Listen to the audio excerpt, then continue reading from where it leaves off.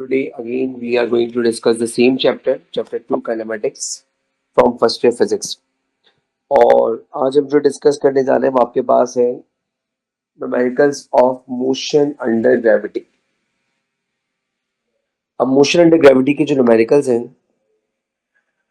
उसको हमें सबसे पहले डिस्कस करना पड़ेगा कुछ बेसिक्स, क्योंकि इनके बगैर वो पॉसिबल नहीं होगा। केस नंबर 1 में हमने इस तरीके से इसको डिस्कस करना है कि हमारे पास फर्ज कर लें एक बॉडी है, ठीक है,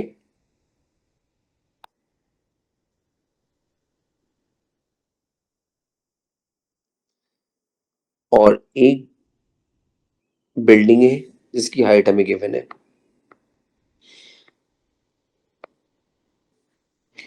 और एक बॉडी यहां से ऊपर जा रही है। एक किसी भी शख्स ने बिल्डिंग की टॉप से किसी ऑब्जेक्ट को ऊपर फेंका है। अब फर्ज करें बिल्डिंग के टॉप से अगर उसको ऊपर फेंका है, अब जब वो वापस आने वाली थी तो उस स्टूडेंट क्या होना चाहिए था, वो इसको इस पॉइंट पे कैच कर लेता, लेकिन वो इसको इस पॉइंट पे कैच नहीं करता और वापस आते हुए उसका टारगेट मिस हो जाता है। यानी कि उसको इसको इस पॉइंट पे कैच करने चाहिए था और टारगेट मिस हो गया, और टारगेट मिस होने के बाद वो कहाँ चली गई, डायरेक्ट जमीन पे। ठीक है, मैं केस एक बार फिर एक्सप्लेन करता हूँ। फर्ज करें आप अपने घर की छत पे खड़े हुए और आप रहते हैं 4th फ्लोर पे। आपने 4th फ्लोर से एक बॉल को ऊपर फेंका, आपकी नजरें बॉल पे ही थी, बॉल ऊपर से नीचे आई, लेकिन बॉल आप दोबारा कैच नहीं कर सके और बॉल जमीन की तरफ पहुंच गई। तो इसको हम कहते हैं आम जबान में केस नंबर 1। आपसे बोला जाएगा कि आप ये बताएं कि बॉल ने हवा में कितना टाइम स्पेंड किया, यानी कि वो हवा में कितनी देर तक रह रही है। तो याद रखिएगा, जब ये बॉल ऊपर जा रही है यहां से यहां तक, तब भी ये एयर में, और जब ये बॉल नीचे आ रही है तब भी ये एयर में। Is it? इसका मतलब बॉल ऊपर जाते हुए कुछ टाइम उसने हवा में लिया और नीचे आते हुए उसने कुछ टाइम हवा में लिया। तो इसको हम कहेंगे टोटल टाइम, और ये टोटल टाइम t1 और t2 के सम के बराबर होगा। This total time will be equal to the sum of t1 and t2। सवाल ये उठता है ये t1 क्या है। t1 हमेशा होगा टाइम फॉर अपवर्ड मोशन। अब जहां मेरा लेक्चर आप सुन रहे हैं तो आप उसको याद करें कि अगर आपसे t1 पूछा जाएगा तो आप बोलेंगे time for upward motion. Time for upward motion 4 बार बोले, 1 2 3 4। t1 is the time for upward motion. s1 distance for upward motion। s1 वो फासला है जो बॉडी ने ऊपर जाते हुए कवर किया। s2 distance for downward motion।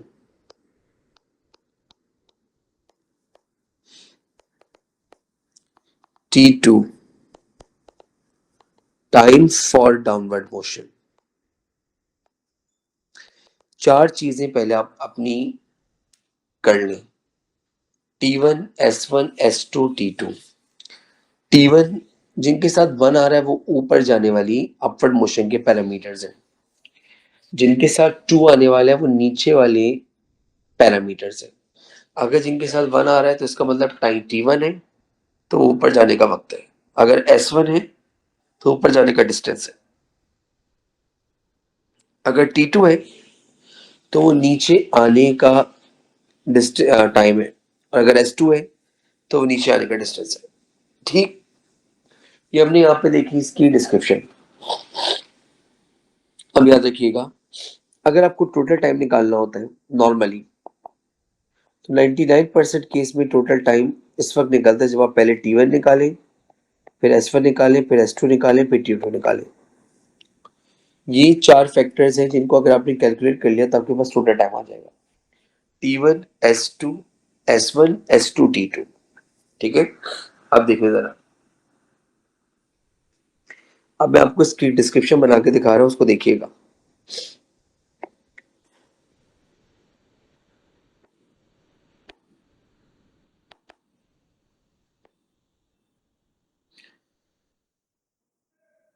ये मेरे पास एक बिल्डिंग है। बिल्डिंग की हाइट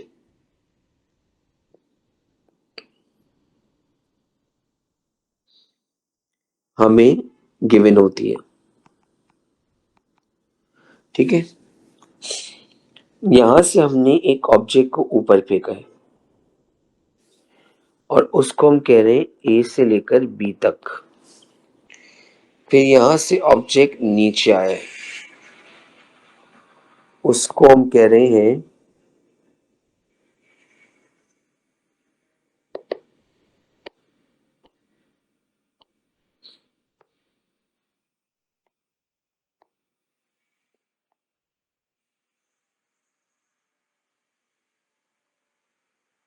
बी से लेकर सी तक, ठीक है। अब ऊपर जाने का जो डिस्टेंस है वो है S1 है, तो ए से लेकर बी तक S1 है।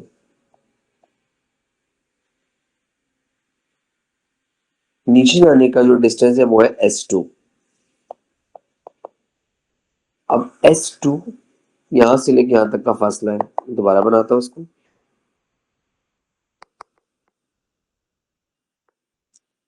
बी से लेके सी तक जो है वो S2 है। अब आप चेक करें, S2 में टोटल दो डिस्टेंस आ रहे हैं। हाइलाइटर यूज कर रहा हूँ, बाद में देखता हूँ मिट जाए तो। एक के डिस्टेंस आ रहे हैं और एक के डिस्टेंस आ रहे हैं। इसका मतलब S2 S1 और H के सम के बराबर है, क्योंकि जब बॉडी ऊपर से नीचे आ रही है तो यहां से यहां जा रही है, उसके अंदर ये डिस्टेंस भी कवर हो रहा है और बिल्डिंग की हाइट भी कवर हो रही है। तो S2 वो डिस्टेंस भी लेगा जो ऊपर जाते हुए कवर किया था, और वो डिस्टेंस भी लेगा जो बिल्डिंग की हाइट है।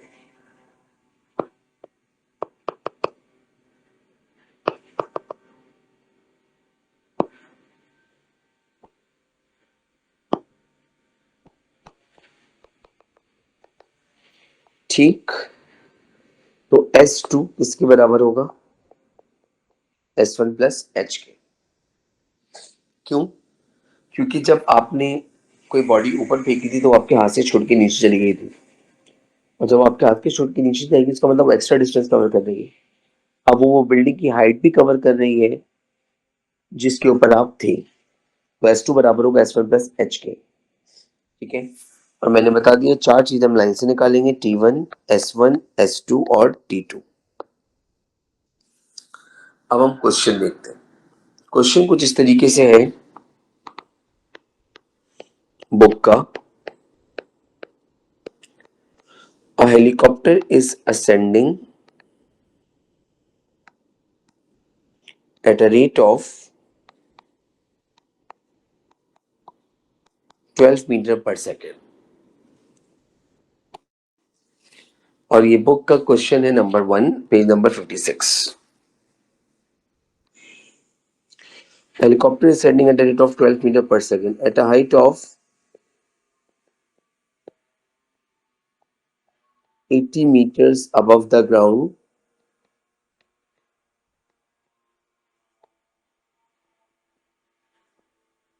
A package is dropped. Find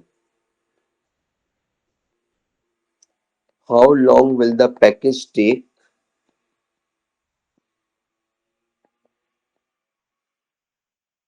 to remain in air. Find how long will the package take to remain in air. Question लिखा हुआ है a helicopter is ascending at a rate of 12 meter per second at a height of 80 meters above the ground. A package is dropped. Find how long will the package take to remain in air. अब मैं दो तीन बातें आपसे करूंगा, उसको सुनिएगा। Matter की एक प्रॉपर्टी होती है, इसको हम बोलते हैं इनर्शिया। और इनर्शिया का मतलब होता है अपनी करंट स्टेट को रिटेन करना। यानी कि अगर बॉडी रेस्ट में है तो रेस्ट में ही रहेगी, और अगर बॉडी मोशन में है तो मोशन में ही रहेगी, और जिस डायरेक्शन में मोशन हो रहा है उसी डायरेक्शन में मोशन कंटिन्यू करेगी। क्या मतलब है इसका? अगर बॉडी रेस्ट में है तो रेस्ट में ही रहेगी,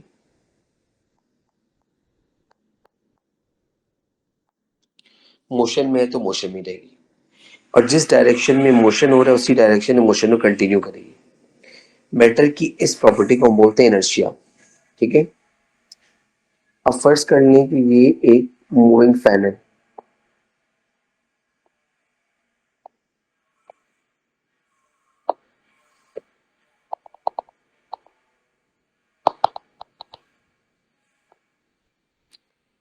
फर्स्ट कर लें ये एक मूविंग फैन है।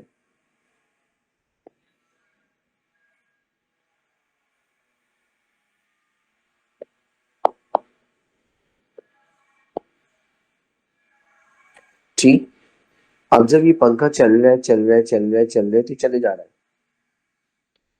आपने इसका पावर ऑफ किया तो ये रुकेगा नहीं, ये चलता ही रहेगा, और जिस डायरेक्शन में चल रहा था उसी डायरेक्शन में चलेगा। क्यों? क्योंकि जब तक पावर ऑफ नहीं किया था उससे पहले किसमें था? मोशन। पावर ऑफ करने के बाद भी इनर्शिया की वजह से अपने मोशन को कंटिन्यू करेगा, और जिस डायरेक्शन में चल रहा था उसी डायरेक्शन में चलेगा। This is called property of inertia. Inertia की एक ऐसी प्रॉपर्टी होती है जो मैटर को इनहेरिट की जाती है, और इसका मतलब होता है इससे बॉडी अपनी करंट स्टेट को क्या करती है? मेंटेन। तो जिसमें बॉडी अपनी करंट स्टेट को मेंटेन करे उसको हम बोलते हैं आम जबान में क्या? इनर्शिया। वो इनर्शिया कहलाता है। तो मैटर की कैसी प्रॉपर्टी जिसपे वो अपनी करंट स्टेट को मेंटेन करे उसको हम बोलते हैं इनर्शिया। तो मैंने भी आपको जुमला बताया कि इनर्शिया हमारे पास एक ऐसी चीज है जो मैटर अपनी करंट स्टेट को मेंटेन करता है। ठीक है, अब आगे की बात सुने। ये मेरे पास एक हेलीकॉप्टर है, फर्ज कर लें। क्या प्रॉब्लम है? सॉरी, फर्ज कर लें कि ये मेरे पास एक हेलीकॉप्टर है। ये हेलीकॉप्टर हवा में स्टे किया हुआ है, और फर्ज कर लेंगे ये एक और हेलीकॉप्टर है, और ये हेलीकॉप्टर ऊपर जा रहा है। अब याद रखिएगा जो हेलीकॉप्टर हवा में स्टे किया हुआ है, अगर उसके अंदर से मैं कोई चीज नीचे फेंकूंगा तो वो डायरेक्ट नीचे जाएगी ऑलवेज। अगर एक चलते हुए हेलीकॉप्टर से मैं कोई चीज नीचे फेंकूंगा तो वो डायरेक्ट नीचे जाएगी। सॉरी सॉरी, अगर एक रुके हुए हेलीकॉप्टर से मैं कोई चीज नीचे फेंकूंगा तो वो डायरेक्ट नीचे जाएगी। ऐसे क्यों? क्योंकि हेलीकॉप्टर हवा में स्टैटिक है। ठीक, लेकिन अगर मैं एक हेलीकॉप्टर में मौजूद हूं और हेलीकॉप्टर ऊपर जा रहा है, और अगर इस ऊपर जाते हुए हेलीकॉप्टर से मैं कोई चीज फेंकूंगा तो याद रखिएगा शुरू में वो वही मोशन लेगी जो हेलीकॉप्टर का है। तो हेलीकॉप्टर का मोशन अगर अपवर्ड है तो शुरू में वो ऊपर ही जाएगी, चाहे वो 1 सेकंड के लिए जाए, चाहे वो 2 सेकंड के लिए जाए, चाहे वो 3 सेकंड के लिए जाए। क्यों? Because of the property of what? Inertia. क्योंकि इनर्शिया एक ऐसी प्रॉपर्टी है जिसके अंदर ऑब्जेक्ट अपनी करंट स्टेट को बरकरार रखता है। अगर 5 लोग हेलीकॉप्टर में हैं और हेलीकॉप्टर ऊपर जा रहा है तो उन सब का वही मोशन है जो हेलीकॉप्टर का है। तो अगर 5 लोग ऊपर जा रहे हैं तो हेलीकॉप्टर के अंदर 5 लोग और जितनी चीजें मौजूद हैं वो सारी की सारी ऊपर जा रही हैं। तो अगर हम किसी भी चलते हुए हेलीकॉप्टर से जो ऊपर जा रहा हो हम एक पैकेज को छोड़ेंगे तो वो पैकेज पहले ऊपर जाएगा फिर नीचे आएगा। क्यों? क्योंकि पैकेज पहले वही मोशन लेगा जो हेलीकॉप्टर का है। क्यों? क्योंकि हेलीकॉप्टर के अंदर एक प्रॉपर्टी पाई जा रही है इनर्शिया। इनर्शिया के अंदर बॉडी अपनी करंट स्टेट को बरकरार रखती है। ठीक है, तो आपने इस बात को याद रखना है। अब यहाँ पे क्वेश्चन कैसे था उसको मैं देख लेता हूँ।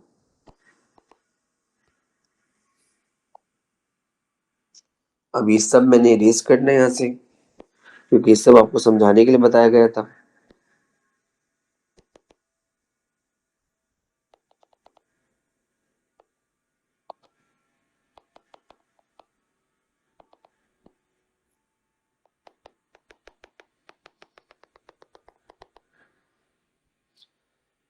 अब हम चलते हैं क्वेश्चन के ऊपर। अब चेक करें, लिखा हुआ helicopter is standing at rate of 12 meter per second at height of 80 meter above the ground. Diagram में बना लेता हूँ उसकी।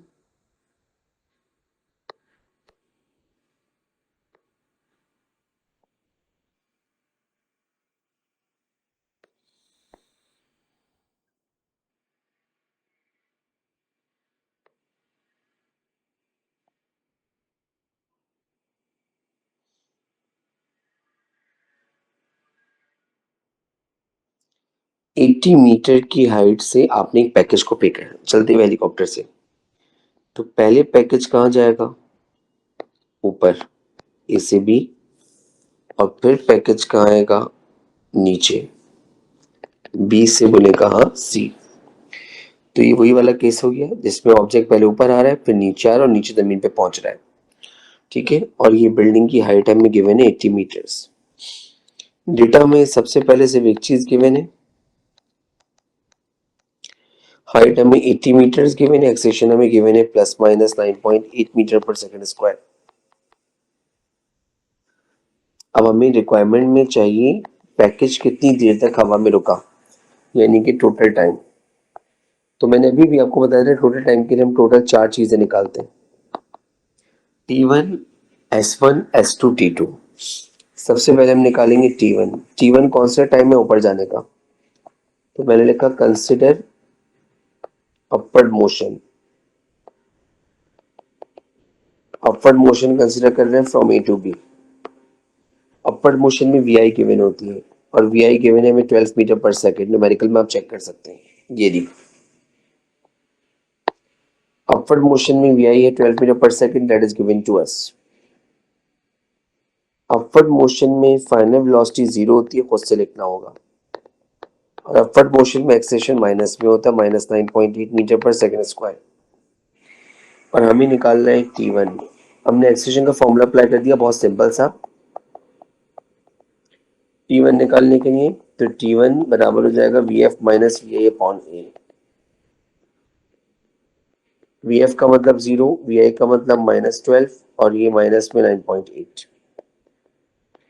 तो ये बन गया -12 अपॉन -9.8, माइनस से माइनस कैंसिल। तो यहाँ से हमें T1 मिल जाएगा सेकेंड्स में। तो 12 को हम डिवाइड कर देंगे 9.8 से।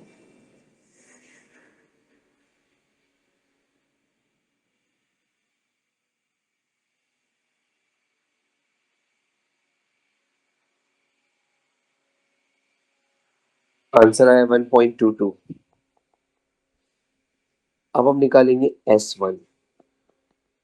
S1 निकालने के लिए ऊपर जाने का डेटा कंसिडर करना है, और वो हम ऑलरेडी कर चुके हैं। वी आई भी पता, वी एफ भी पता, ए भी पता। थर्ड इक्वेशन लगा दें, 2a_s1 बराबर है V F square minus V I square.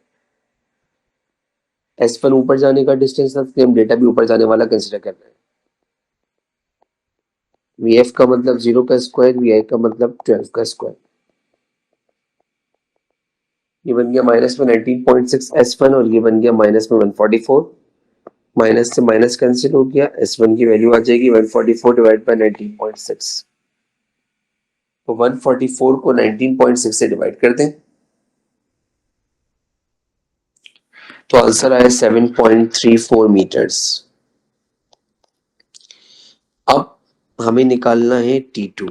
T2 की डेटा में ही S2 निकल जाएगा। T2 नीचे आने का टाइम है, तो हमने लिखा कंसिडर डाउनवर्ड मोशन। और डाउनवर्ड मोशन हम कंसिडर करने जा रहे हैं बी से लेकर सी पे।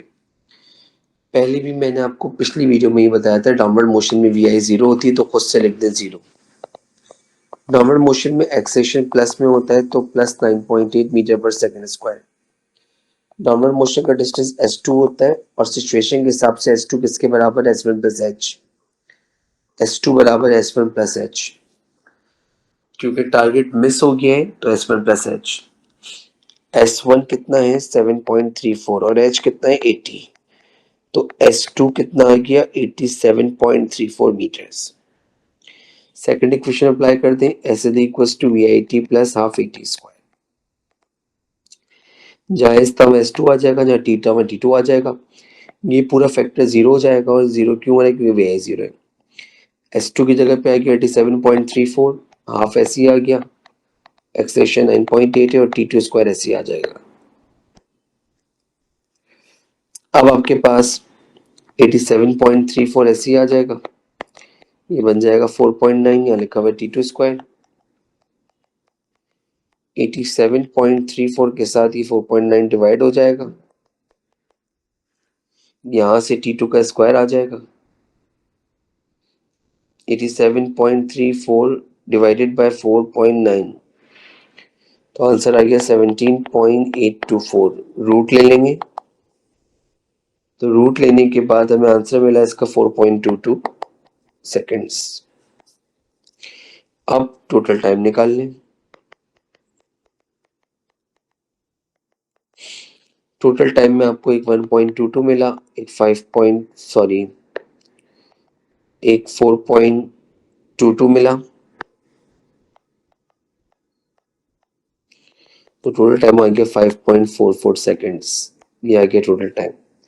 इस न्यूमेरिकल को आपने बार बार पॉज करके मेरे अल्फाजों को सुनना जरूर है कि मैंने इसमें क्या क्या बताया आपको, कि टोटल टाइम हमें जब भी निकालना होगा तो हमें हमेशा T1, S1, S2 और T2 निकालना पड़ेगा। T1 और S1 दोनों ऊपर जाने वाले फैक्टर्स हैं, इसलिए हमने डेटा ऊपर जाने वाला कंसिडर किया। T2 और S2 नीचे आने वाले फैक्टर्स हैं, इसलिए हमने डेटा नीचे आने वाला कंसिडर किया। सेकेंड चीज, किसी भी चलती हुई बॉडी से कोई भी चीज अगर फेंकी जाएगी तो वो शुरू में वो ही डायरेक्शन लेगी जो उस बॉडी की है, और फिर उसकी डायरेक्शन चेंज होगी। तो अगर हम एक चलते हुए हेलीकॉप्टर से कोई चीज ऊपर फेंकेंगे तो शुरुआत में उसका मोशन वही होगा जो हेलीकॉप्टर का है। तो अगर हेलीकॉप्टर ऊपर जाएगा, पहले वो ऊपर जाएगी फिर नीचे आएगी, जैसा इस क्वेश्चन में हो रहा था, and that because of the property of inertia.